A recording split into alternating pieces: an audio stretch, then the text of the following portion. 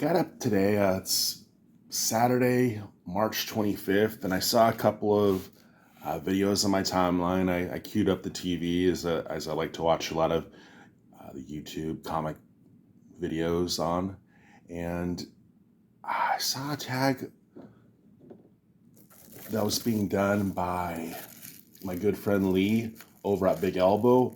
I watched the video, and it was cool to see some of Lee's uh, top five picks. And then I saw also my good buddy over at Hope G. I saw it, and he actually tagged me. But man, I'll tell you, I'm gonna share my five. Okay, all right.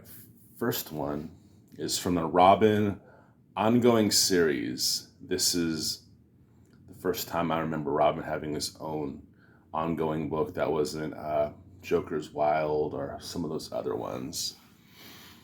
The ones with the holograms, which are always really cool, but this first ongoing 1990s miniseries was great.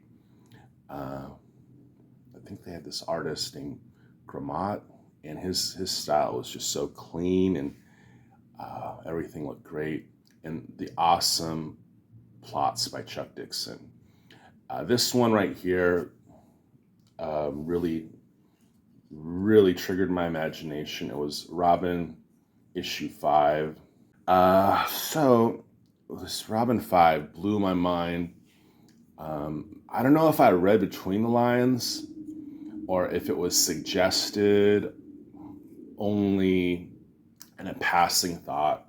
Robin and this goon who he's fighting earlier, they basically get trapped in a cell, an airtight cell. I believe the cover's showing that they're being cemented in, but for whatever reason, they're in an airtight cell with a limited amount of time, and the goon is incapacitated. He's out cold. But I don't remember exactly if it was a robbery taking place or if this goon was actually trying to do harm on Robin. I'm guessing he was goon. So, while trapped in this airtight chamber, I had this real feeling for the first time of the urgency of time in a comic. I felt like, man, Robin, he needs to be saved. I feel like he can get out of there, he can continue living his life. But on the other hand, there's this knocked out goon in there, and he's breathing up all the air. He's breathing heavy. I don't remember if Tim stated as much as the goon was had asthma or something, but there was something that kind of led me to assume that this goon was huffing and puffing up the air. So it occurred to me that Robin would have a much better chance of surviving this if this goon stopped breathing. And it then dawned on me that that's what makes this kid a hero, is that he's not going to save his life. He's going to save both of their lives. He would never do anything that would that would tarnish his soul so much as suffocating someone that he has no real stake in other than his basic humanity. And I remember taking a lot from that story. I had just seen Reservoir Dogs for the first time, and that whole allegiance between Mr. White and Mr. Orange, and the kind of responsibility we take for one another. And that Robin 5 really drilled that home. This next one is Prophet 5B. This was definitely a big key. This was on the Wizard top 10 list, and oh man, this cover. I don't know if it's this one or the Moon Knight 55 that I've ogled more as just pure 1990s eye candy. Um, this this book was so cool, and to give you an idea of how cool it was, here's the A cover in comparison. And the A cover, that's what the rest of the book looks like. But that Prophet 4B, it was the promise of what Platt's ongoing work on Prophet was going to be. And it was glorious. But anyway, Stefan Platt, whether or not he panned out or not, that glory day that he had when that cover hit the stands, and the next cover, because that cover was so good, like the next cover I think was I think it had a priest, a pregnant lady, some helicopters, and Prophet crying. That just goes to show you can't do two covers that cool back to back. You have to take it way down a notch. It's like a mixtape, and that 4B, he came out with a banger. So much so that the next cover had to be the equivalent of a slow B track kind of deep cut. But yeah, that 4B. This next one, and excuse me if I'm going a little long. I know these tag videos are supposed to be brief, but man. Anyway, this next one was a Spawn issue 11. The way McFarlane was kind of invoking the mutant gangs in The Dark Knight Returns, and it was just kind of Frank doing a romp. But the really memorable thing about it was I began to start realizing how Frank wrote comics a little differently than everyone else. He saw the possibilities that other people didn't, and the climax, literally the release, the big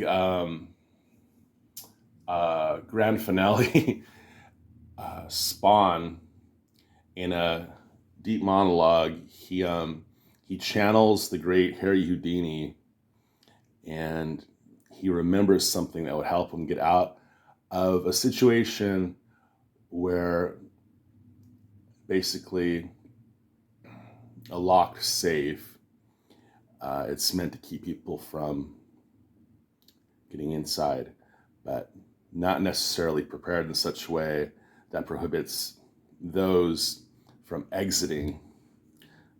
Another safe, just like my Robin 5.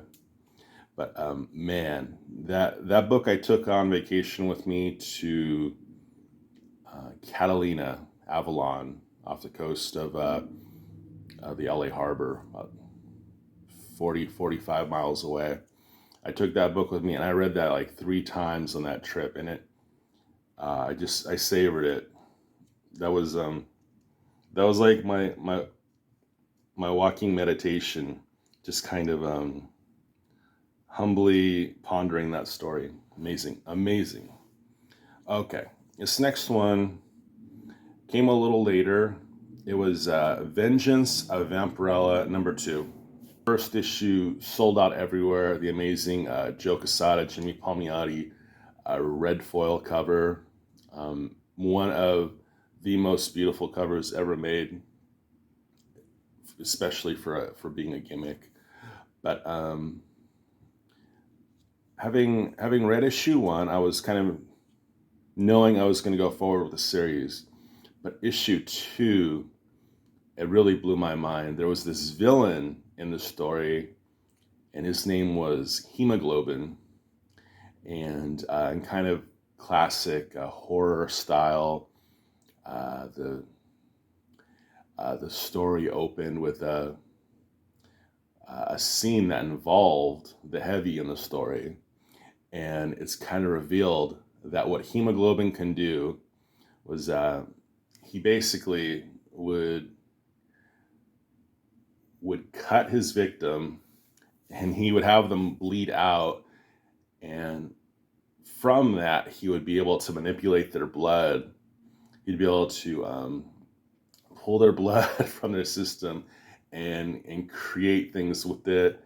In the same way, like uh,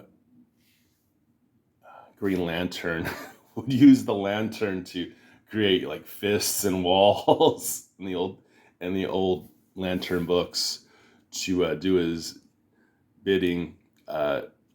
Hemoglobin would use these poor saps' blood to do his evil deeds, and that, I don't know why, but that scared the hell out of me.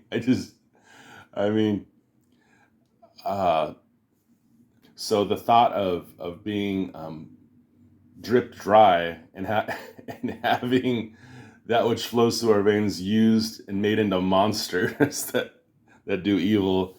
Um, that Snagowski story just really, really tapped into my imagination. This next one, this was the funniest thing I'd ever seen in comics to that date, and I don't know if it's ever been topped. That book is Jeff Smith's issue 7 of Bone. This thing always really fascinated me. This little phone Bone, like he thirsts for this little village girl Thorn, like in a really strong way. Like his romantic proclivity for Bone rivals anything I've ever seen in like the most lusty of Jane Austen stories that have been brought to the silver screen. This character, Foam Bone, like he yearns for this Thorn, this waifish little blonde village girl, and I kind of thought, what does this Bone want to do with Thorn? Like I was already 14. I had the gist of what the dude on the cover was trying to covet from Thorn, but this little Bone dude, I was like, is it puppy love? I mean, is it like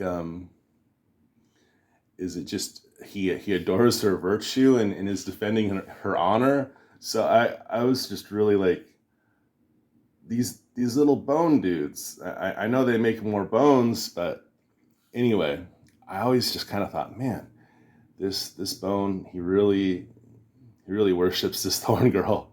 So when it came to trying to impress her, when he finds out that the thing he desires most in this entire spring fair is the most delicious, sweet, nectary, wildflower honey, and he finds that out, and he's going to go get her some of the freshest, most delicious honey he can. He sees a tree, he sees a beehive, and he goes up.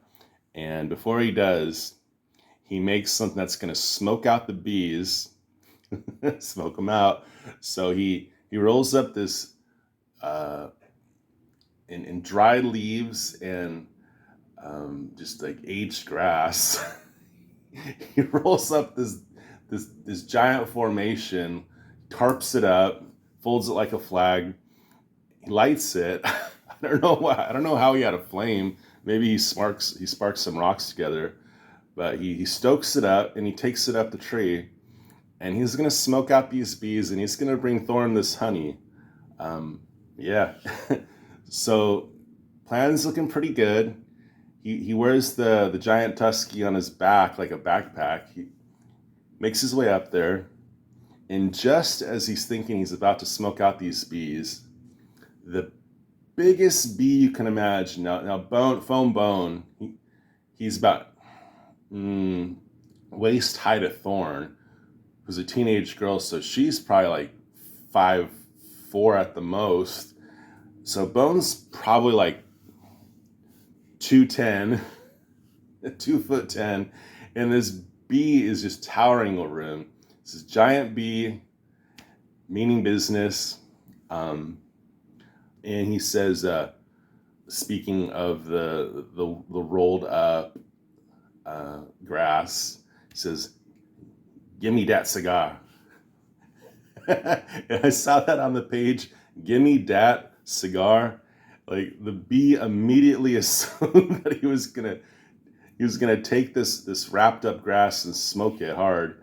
I thought that was the funniest thing. I was Xeroxing that. I was giving it to friends. I was passing it around. I was passing that around, and man, we just thought that was great. If I knew how, I would have made T-shirts of that bee taking a big hit off that hand rolled from a foam bone.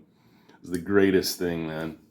But anyway, sorry for doing this video a little different. I did throw up some keys, but I don't have any big books. In fact, I stay away from big books. I don't really come upon them, and if I have key comics, it's because I was gifted them. But anyway, like I said, I'm not going to tag anyone. Sorry for doing this video so long and so different. And I hope I don't. I'm not trolling the tag. I like looking at keys. Like I like looking at those books right there, just those covers. But that's not what means a lot to me.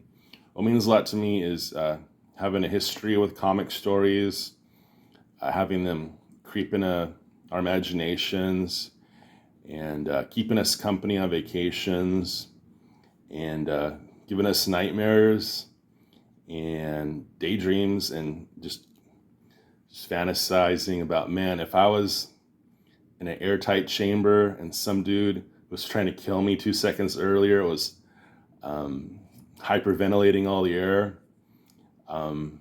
that dude's getting rubbed out. He's getting. I'm thinking survival of the fittest in that Robin 5, and he goes righteous. He takes the higher level, and it's those kind of enlightenment moments that comics can give you that really makes some of those stories keys to me. Anyway, thanks for watching. But if I don't go to work, how will I pay my tab? I'm wasted. An $800 Book. Try $1,000. Well, then you overpaid.